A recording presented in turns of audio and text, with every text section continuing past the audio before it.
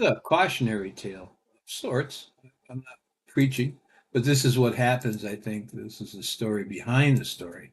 This is the story of Marilyn Chambers, who was one of the first, not the first, but one of the first big porn stars. This is in the late 60s, 70s, 80s, when there was a porn industry that made feature-length films and had production crews and so forth. She made 80 films in a relatively short, now talking about porno footage, in a short period of time. She was born Marilyn Ann Briggs and grew up on Mark Lane in Westport, Connecticut, a very wealthy town. Her father was a New York advertising executive, Bill Briggs. Her mother, Virginia, was a nurse. On the outside, anyway, for all given purposes, that what the public knows about her and what she told the public, she had a comfortable upper middle class life. It was mundane. Her older sister and a younger brother, they followed a normal, predictable path into adulthood. And it looked like Marilyn's life was pretty much the same way, at least through most of high school. She graduated from the Staples High School, what's the name of the school in the town. She was a cheerleader, member of the Staple Players, which is the school's really above average acting troupe. She landed part in several school plays, musicals. She was an accomplished gymnast. She was a champion diver. She began to skip classes, though, later as she grew older in her later teens, and she would journey down to New York by train. It's about 40 minutes from there, I think, 45 minutes. And she'd audition for acting jobs and modeling jobs. Against all odds, incredibly, she landed the role of Robert Klein's girlfriend in The Owl and the Pussycat. It was a big budget film. It had Barbra Streisand, George Segal. Barbra Streisand at the time was a major movie actress. The Wilhelmina Modeling Agency, a front row agency, picked her up and they got her a photo shoot. She's holding an infant.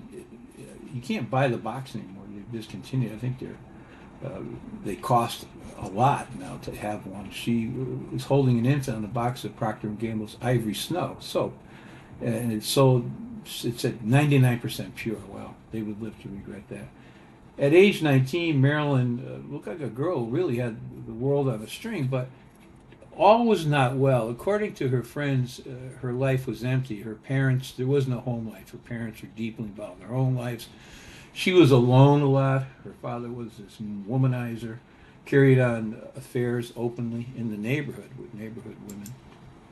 He eventually left his wife for one of Marilyn's classmates' mother.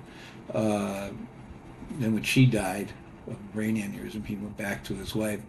Marilyn began to unravel little by little. In her junior year, she was tossed off the cheerleading squad for drinking in school. She became desperate for attention, but according to her boyfriend, she always was desperate. He said she had an overwhelming need for attention and great gobs of it. I mean, she just dotted on anyone who would pay any attention to her at all. And of course, it was inevitable that the male animal is going to look at something so young and beautiful. Anyway, we went to a party one night and she went off with somebody else. That was pretty much the last time I was with her. The role, the Owl and the Pussycat, she got an actor's card, the Screen Actors Guild. And in 1971, she and some friends hopped in a car and they went west to California. But Marilyn didn't go to LA. She went to San Francisco. Reportedly, the porn producers, Artie and Jim Mitchell, saw the film that she had been in. She made a short film in Westport in 1970. They saw it, and they were just knocked out by her wholesome Sybil Shepherd look. I guess she sort of looked like her. And they offered her a film they were planning called Behind the Green Doors, a porn flick. And also they changed her name to Chambers. The fact that she was already Ivy Snow Girl, seen on hundreds and hundreds, if not millions of boxes all over the world, it was just icing on the cake for a porn producer. In Marilyn's version of what happened, she said, I moved to San Francisco thinking it was the entertainment capital of the world, which it indeed is not. I don't necessarily believe that, do you? That she moved there thinking it was the capital of, I mean, everyone knows it's Hollywood, LA. She met Doug Chapin while she was playing, who was playing the bagpipes for money on the street, and they married. Boom, just like that. There were no other film offers after the one she made in 1970 back in Westport. And Marilyn held down a series of odd jobs, including a topless model, a nude dancer in a men's club. One day, she answered a casting call in the San Francisco Chronicle for, quote, a major motion picture being made by the Mitchell brothers, the guys I just told you about. She said that in the audition, she realized it was a part in a porno flick, and she was about to leave when Mitchell noticed her resemblance to Sybil Shepherd, and he talked her into taking the leading part in the film, which she did after negotiating a contract for $25,000 plus a percentage of the profit. That's pretty smart. Um, Most of these porn people, I understand, make a few $100 a day. So 25,000 plus a percentage. The film cost about 50,000 to make and it grossed 25 million. But they basically cheated her. She never saw a penny of it, really, very little. In the film, she played the silent role of a woman who's kidnapped. She has to perform sex acts with men and women, does them. So here she is, 19, Behind the Screen Doors release to sold out theaters. A few months before Deep Throat had been released by basically a mob production company. And now Linda Lovelace is of dubious fame. She's well known. And Marilyn is inching up right behind her. A school friend who was visiting her in Chambers in California right after the Green Door was completed. She recalled, when I walked into the apartment, she said, "Come here, I've got to show you something." And she opened this envelope with the proof of the Ivory Snow Girl, and in the check she had got, she said, "They're gonna shit when they find out what I'm really doing." They put those boxes on the shelves, literally, when she got that check. And she went out and she bought all of them from her local grocery store. I mean, she had boxes and boxes and boxes of Ivory Snow. She kept them until she died. I think she knew it would be a huge controversy. It really was a huge controversy. I remember that. Procter and Gamble replaced her photograph immediately. They found somebody else to. In 1974, they just took her out and snapped in a new model. In other words, in 1974, at the height of her porn popularity, Chambers divorced this guy Chapin, whoever the hell he was, and married the infamous Chuck Traynor, who was recently divorced from Linda Lovelace. This guy Traynor was really a hustler. He was something else. For the next 10 years, Traynor acted as her business manager and her agent. He took about half her film's profits as his commission, 50% commission. Traynor had an awful reputation in that business. Most of it was gained from his former wife, Linda Lovelace, who claimed Traynor had stole her money, which he did, placed guns to her head, beat her up, which he did. Although Chambers never reported any of his bad behavior, she should have had him arrested. Traynor did make attempts to bring Marilyn Chambers closer into the mainstream. In 1976, he arranged for her to shoot for Playboy, which is much bigger then than it is now, and she did some limited exposures with a disco single that she put out. Disco was big at the time. In 1979, she was chosen to play a role in the mainline film City Blues, about a young hooker defended by a down-and-out lawyer who was played by the wonderful, wonderful Rip Torn. The film was to be produced and directed by Nicholas Ray. He did Rebel Without a Cause, but by then, the 6-year-old, 8-year-old Ray, he was addicted to drugs. He was drunk half the time, and he couldn't complete the project.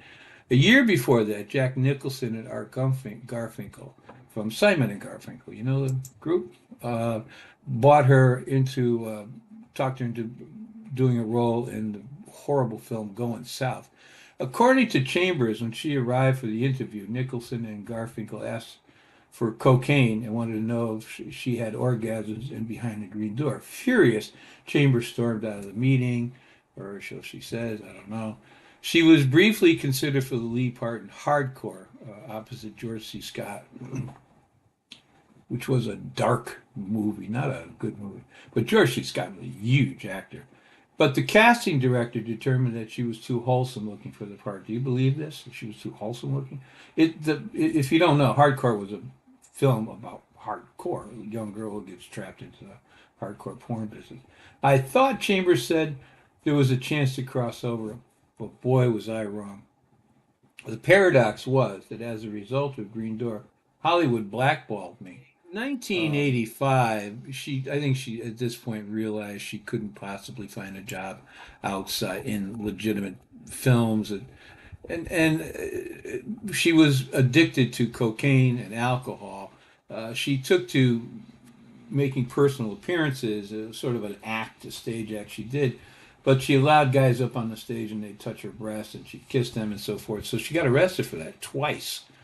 5 years later, she married this guy, Bill Taylor, who's a part owner and a driver in a freight company, trucking company. They met in rehab. They divorced in 1994. By 2000, the world she knew had just completely changed. Truck Trainer was dead from a heart attack. The world wouldn't miss him.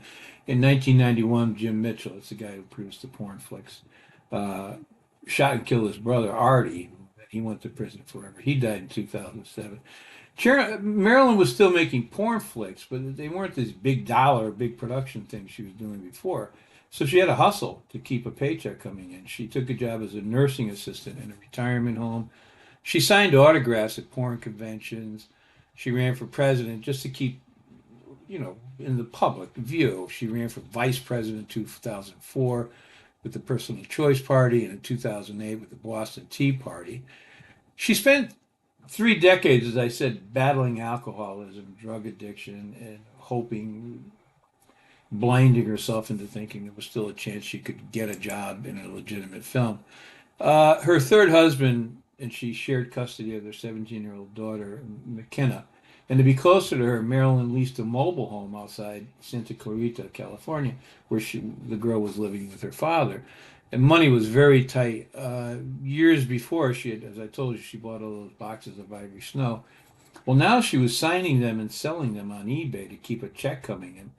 And then she used her married name, Marilyn Taylor. She took a job there in Santa Clarita with a local BMW dealership as a clerk. She made around 1,200 a week before taxes, a pittance to what she had made. But again, men took most of the money. She squandered a lot of it, cocaine, that sort of thing. There were no men in her life. A girlfriend of hers said, I felt that a few people in the later years took advantage of her just to say, I slept with Marilyn Chambers and led her on and then blew her off. And she was really, really hurt by that. Just before she died, Marilyn auditioned in New York for Deep Throat Sex Scandal. It's a play about the making of Deep Throat, and that in the obscenity trial that followed. That became a film, by the way, or portions of it. She was hired onto the play in the role of Shanna Babcock, Linda Lovelace's best friend, who constantly advises Lovelace's character to leave the abusive, of all things, Chuck Trainer. Marilyn planned to quit her clerk's job at the car dealership after she got another part, a small part in a low-budget film, Solitaire, playing the role of a Rhode Island cop. She was born in Rhode Island, by the way, grew up in Connecticut, but she didn't live really long enough to see the finished production. On April 14th, her daughter, McKenna, found her mother uh, in the trailer in Santa Clarita. She had died of a brain aneurysm. She died alone. She'd been dead for at least 2 days before she was found. She was 56, only 56. And she was 10 days away from her 57th birthday. A memorial service was held, attended by about 200 people, most of them from Alcoholics Anonymous and Narcotics. Narcotics Anonymous were two groups that she belonged to, and they knew her. Um, she was cremated, but between the funeral and so forth, someone broke into her trailer and ransacked it. They took her files, they took her will, they took jewelry, whatever they could hock, probably. So, aside from a $20,000 life insurance policy for her daughter, she was broke. Her mobile home was returned to the dealer. Her economy car was worthless. They scattered her ashes at sea. It's a depressing story, I know, but it's interesting. I don't think most of the world knows what happened to her. What happened to most of the people who fell into that terrible industry and were taken advantage of?